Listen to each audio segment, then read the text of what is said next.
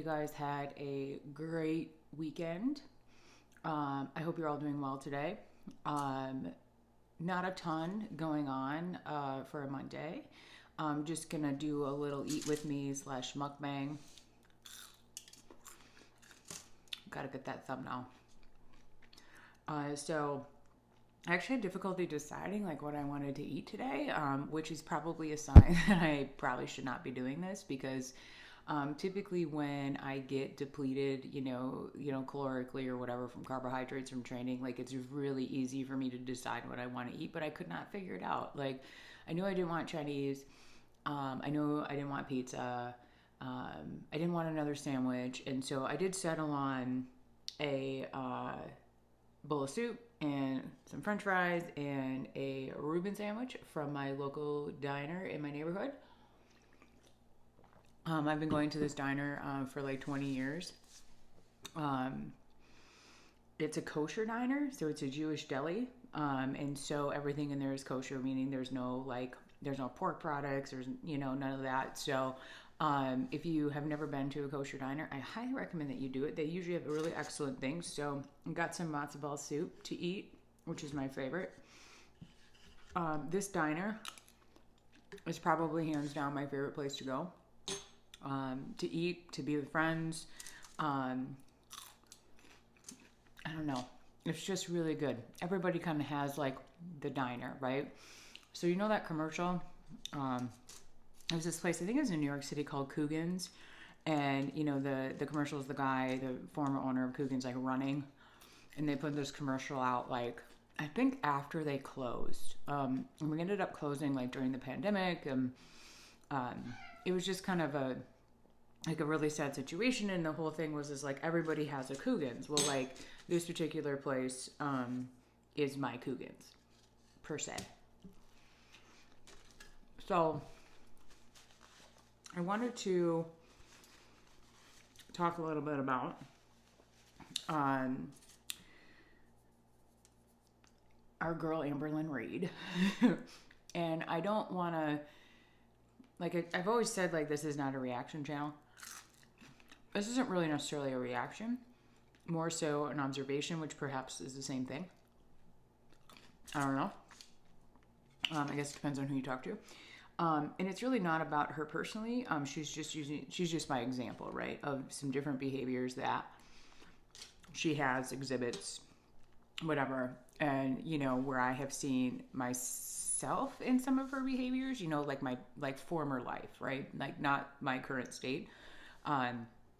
And so one of the things that I've noticed about her is that she is very much so into instant gratification.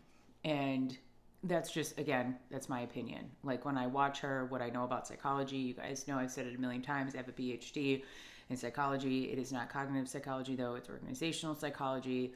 So don't care about your feelings. But I do want to know why you hate your job. But that was one of the things I picked up on, like, really early on in watching her videos, right? And I've gone through now, and I certainly do not pretend to be an Amberlynn Reid historian, but I've gone through a lot of her videos, and I think I've watched all of them now. Like I've been binge watched them, right? And I've kind of seen this evolution of this girl who was like 300 something pounds, and now she's over 500 pounds again, and she's kind of fluctuated between that 572 down to like 480 something after she was sick, and then back into the 500s and all these things. And but I see like this desire for her to have like a quick fix or like an instant gratification. And you could make the argument that that is also generational. So Amberlynn is on what is the, really like the tail end of the millennials. And people associate millennial generation and Gen Z, which is the kids that are like in their 20s. Millennials are not children though. These people are almost 40. Like, I was born in 1979. I am right on the tail end of that generation, right? Well, really the beginning of it, the tail end of Gen X, and then the beginning of the millennials.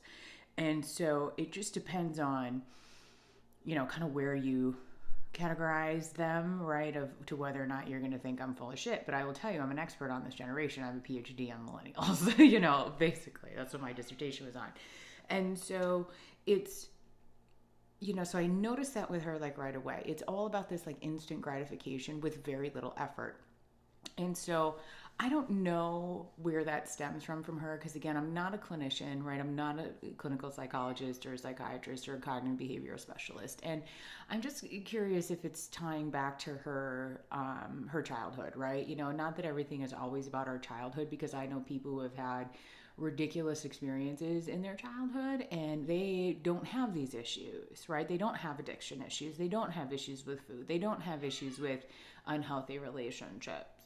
I'd be really curious to know if there's a correlation there, right? Between like, instant gratification, impulsivity, and people who have traumatic childhoods, right? Or traumatic experiences in their life.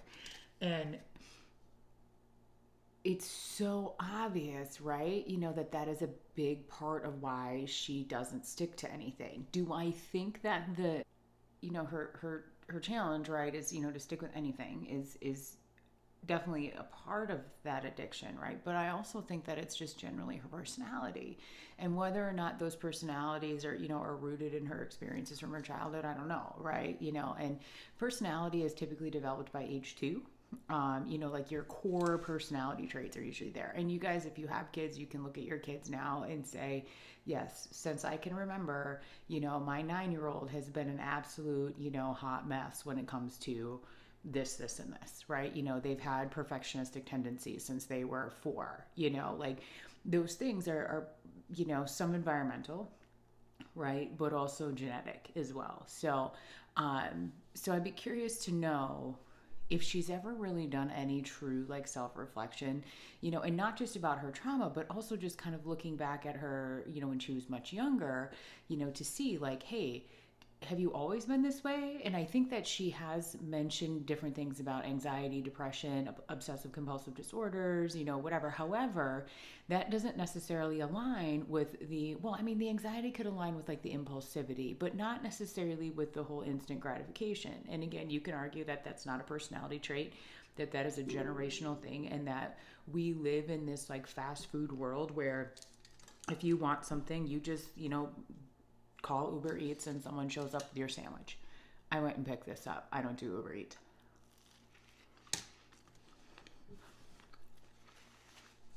But you can see how this like lack of ability to be uncomfortable and this like desire for like an instant fix and an instant everything is what's really inhibiting her. I think that's a bigger factor than the addiction. And I don't mean to downplay that piece of it, because I have an addictive personality. And if I was not careful, if I was not aware that I was this way, I have said this before. I think I said it in my last, Eat With Me / Mukbang, is that I would be dead or in rehab. And that is the honest to God's truth. Honest to God's truth. That would be where I was. And so it's all about like getting a hold of that and being uncomfortable. And I don't know, researching, studies on delayed gratification, because that's what weight loss is, kids. It is by far an experiment on delayed gratification, because you have to put in all of this work, right? And you have to put in this work for years for most people to then get to this goal. And it's like there's nothing you can do to get there other than stay consistent, do what your coach or your trainer or your dietitian or your doctor is telling you to do, and then one day it will be there. But no one can tell you when. No one's going to be able to tell you the ups and the downs. Like, you could go for 4 months and lose weight and then stop losing weight for 4 months and then be, but the only way that you're ever going to get there, is if you are okay with the delayed gratification of achieving that particular goal. And that's something that I don't see with Amberlynn Reid, is that she's comfortable with delayed gratification. And you can see that in some of her other behaviors, because if she wants something, she goes and she gets it. Right?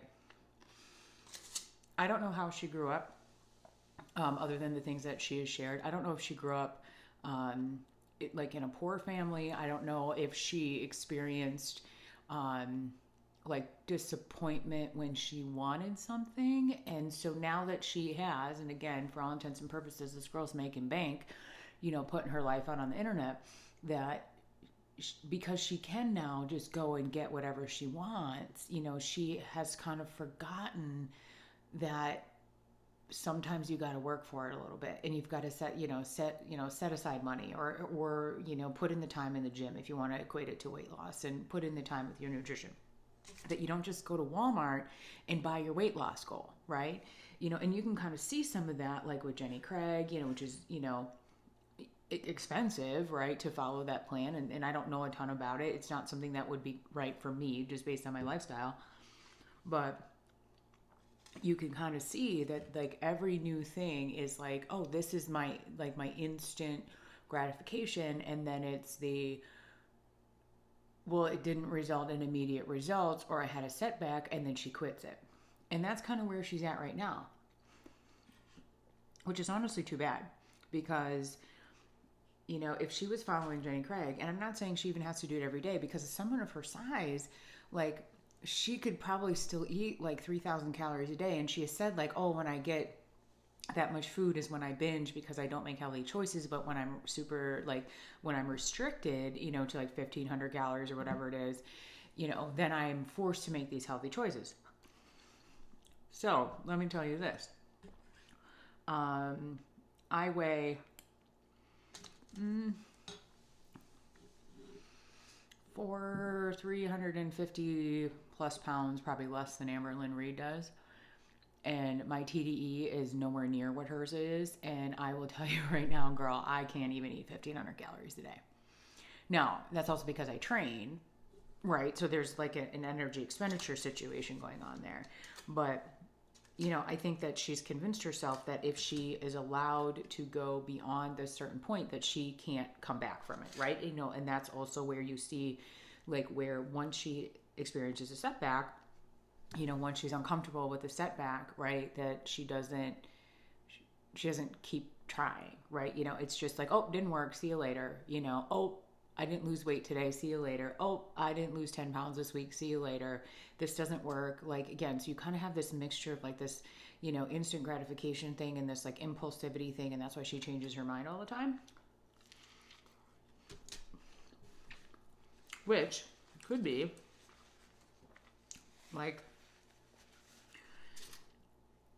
related to her anxiety, although it sounds a little bit more like an attention deficit disorder. I'm not diagnosing her, but believe it or not, there is also a correlation between ADD, ADHD, and other eating disorders. And I will not get too much into it right now, because I'm not an expert, but I encourage you to go and read about those things, because it could explain some other of our favorite YouTubers and why they struggle with, how do I want to say this?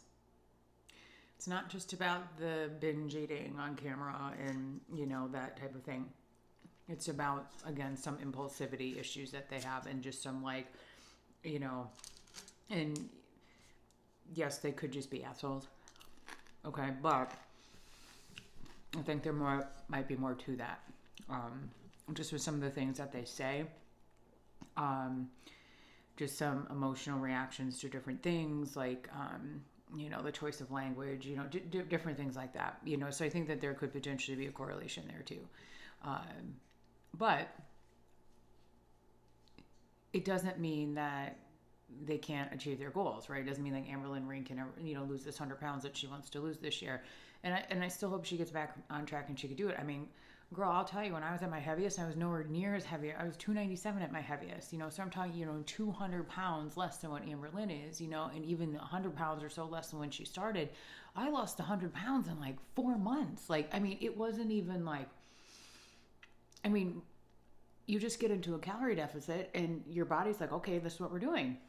I'm sure it was longer than that. I actually know it was, but it was like, the first 50 was super fast, and it was just, if she could just get past like the first couple of weeks, and then like she'd be golden, right? And I just, it's sad that she can't do it or she chooses not to do it. Because like she could absolutely have the life that she wants to live, right? And that kind of brings me to another piece is that, I don't, and I've said this before, is like, I don't think she understands like how to live her life, in a different body.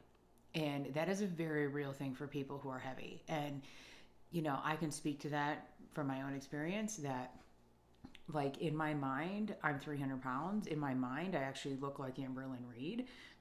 You kind of get this weird body dysmorphia and, it's uncomfortable, the attention that you get, especially from the opposite sex. Like when you have a body that is more conventionally accepted in society, and there's a lot of protection that you grant yourself by being one of two things, either extremely heavy like an Amberlynn or extremely thin like a Eugenia.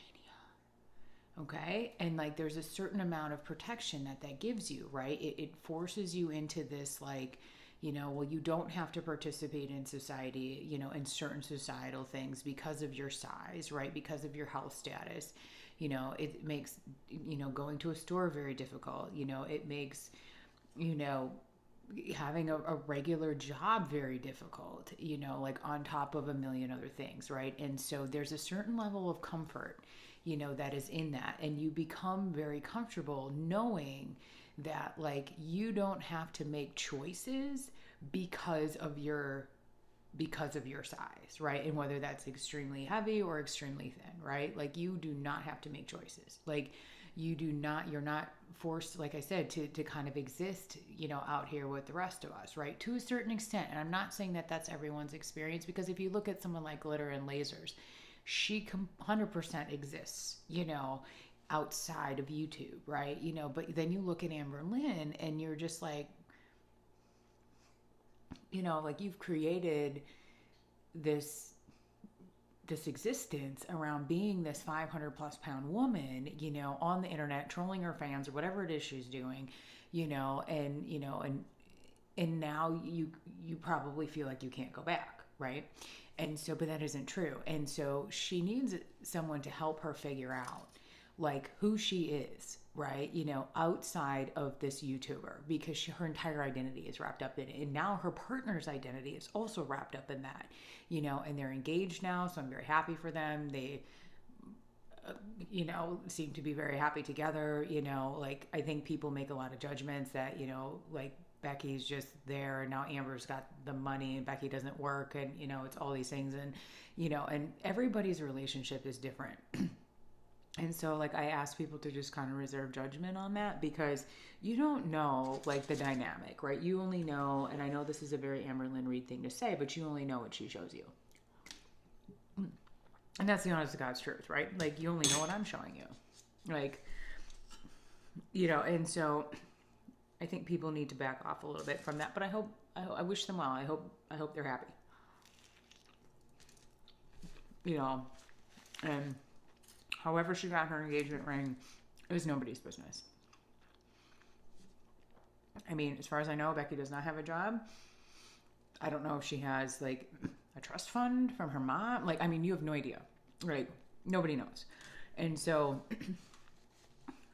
but again, like back to the identity thing is, she has herself wrapped up in that identity. And so it's difficult for her to walk away from that. And I've said this before, and I cannot stress this enough, because I really think someone who has time should look into this, and not just with Amberlynn, but, Chantel, Hungry Fat Chick, Eugenia, Nick Ocado, Jeffree Star, although he has a little bit of a different, type of situation going on there, but like, this is their identity, and this is what pays their bills, right? And so if you were to say to someone, I need you to stop being this way, because it's unhealthy for you, or it's whatever, it's problematic, like, and by stopping, you're cutting off their livelihood, like that, I think plays a bigger role in this than people are really willing to talk about.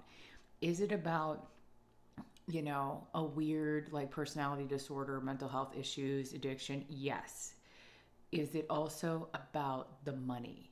Yes. Because again, I've said this before. If Amberlynn is not lying, she's pulling down $10,000 a month. I work a full time job and I've worked in corporate America for 20 plus years and I have a PhD and I don't make that kind of money. That's double what I make, right? And so you're just like, you can understand why she doesn't want to walk away from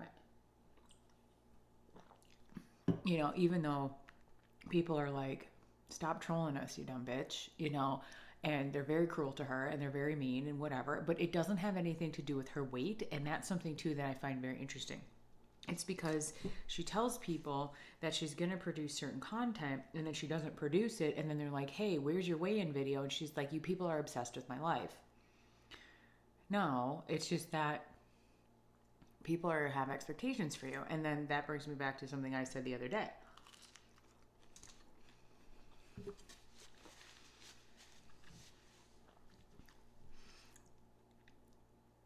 She doesn't have an obligation. Now, with that said, if you do not want to feel obligated to your audience, stop putting shit out there that you're going to do. That's the easiest way to stop it. That's the easiest way to stop like the comments, right? And I'm not going to lie to you, like I am not 100%. I know that she gets comments and I would love for her to publish those comments, because some of the things that she says that people are saying to her, like, I'm sorry, but if someone said that to me, like I would tell everyone who it was, and I'm not like in a doxing way, right? But I would just be like, here's a screenshot and maybe block out their name just so people know, right, that this is really happening. Because that's one of the other things about Amberlynn is that's problematic for her is that there have been situations that she has said things that people have not, been able to go out to the internet and get the receipts or whatever they are that kind of contradict that, those things actually never really happened, or they just seemed very fishy or like edited or, whatever. And so she's got her own problems with that, right? But again, that's what gets her the clicks, which gets her the money, so the people are putting in too much weight, I would say, on the whole, like, oh, well, she can't stop this because has a mental illness and a personality disorder. Do I think that those things are true? Sure. But do I think that that's everything? No, it's just because, again, she doesn't know how to exist outside of this character, that she has created on the internet. And she doesn't see that she has any other options, right? Especially considering, I don't think has a college education, which is fine. Like, college is not for everyone. Says the girl who went to college for 13 years. And so it's not for everybody. And so, but I don't think that she has necessarily like a trade or a skill. And so she doesn't have a backup plan, right? She's basically like a professional athlete who's been playing sports their entire life. And then all of a sudden they get injured, right? In a football game or a baseball game or a basketball game. And guess what? They never finished college. They have no backup plan. They don't have any other skills. Like, this is the only thing they know. When Brett Favre was retiring, okay, and we all remember the back and forth with Brett Favre, and that was terrible for Packer fans, let me tell you, okay? It's emotional. Like, he was the front of the team for years. The way it was handled, at least in the public, was not well done, right? He ended up playing for the Vikings. He bounced around for a little bit, and then he finally got comfortable with the idea that he was no longer a professional football player, and he found something else to do, right? He was coaching high school. He's doing some like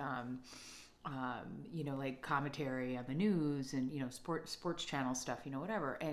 But that's what happened. It wasn't that he was wishy-washy. It wasn't any of that. It's just that his entire identity is a professional football player. He doesn't know how to do anything else, right? And you see that with a lot of these guys, and you've got to always have a backup plan. We're like, he really doesn't have a backup plan, and so she needs to get one, right? Like, and that's something that I just feel like if she had a purpose other than this, like, it would be better for her, right? And also just better probably for her partner too, and like Becky could have a real job too. And again, she might work and I just don't ever hear about it. Like, I know she was working at one point, but I haven't seen anybody talking about her like going to work. And then just the way with Amberlynn's sleep schedule, the way she talks about how they sleep all day and they're up all night, like she's definitely not working, but like she could She could do anything, right? But it's just, she doesn't know how to not be this person, and that is her revenue stream. And if you cut them off from that, like, what is there left to do, right? It's kind of my point. So, yeah. But anyway, so those are my thoughts.